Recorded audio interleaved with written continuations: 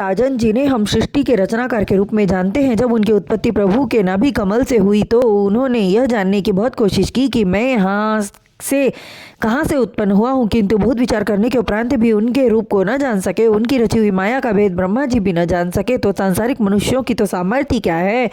ब्रह्मा जी उसी कमल पर बैठे रहे। उसके पश्चात आकाशवाणी द्वारा श्रीमद् भागवत के चारों मूल श्लोक सुनाई दिए और आकाशवाणी की आज्ञा से घोर तप किए। तब उन्हें ज्ञान की प्राप्ति हुई और उन श्लोकों का अर्थ ज्ञात हुआ। और फिर ब्रह्मा जी ने सृष्टि का सृजन किया। आकाशवाणी द्वारा जो 4 श्लोक ब्रह्मा जी ने सुना, हे राजन, उसका अर्थ इस प्रकार है। राजा परीक्षित को समझाते हुए महात्मा सुखदेव जी बोले, हे ब्रह्मा, जो सबसे पहले था वह मैं हूँ। मुझे छोड़कर अन्य कुछ भी तुम्हें दिखाई नहीं दे रहा है। महाप्रलय में सब कुछ नष्ट हो जाएगा। पेड़ पौधे, जीव जंतु, नभचर, जलचर और पृथ्वी में भी विलीन हो जाएगी। सिर्फ मैं रहूँगा।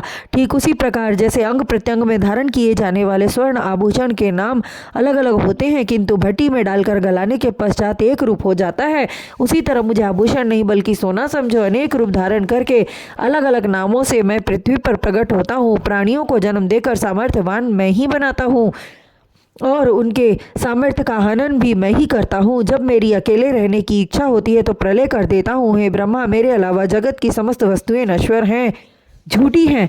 अगर सत्य है तो वह मैं हूँ। जीवों का प्राण मैं हूँ। समस्त जगत को प्रकाशित करने वाला मैं हूँ। जब मेरा प्रकाश प्राणी के शरीर से अलग होकर पुनः मेरे पास आ जाता है तो प्राणी मृत हो जाता है। मनुष्यों में विभाजित 4 वर्णों में मेरा एक सा रूप है, अतः सभी जीवों को एक समान समझना चाहिए।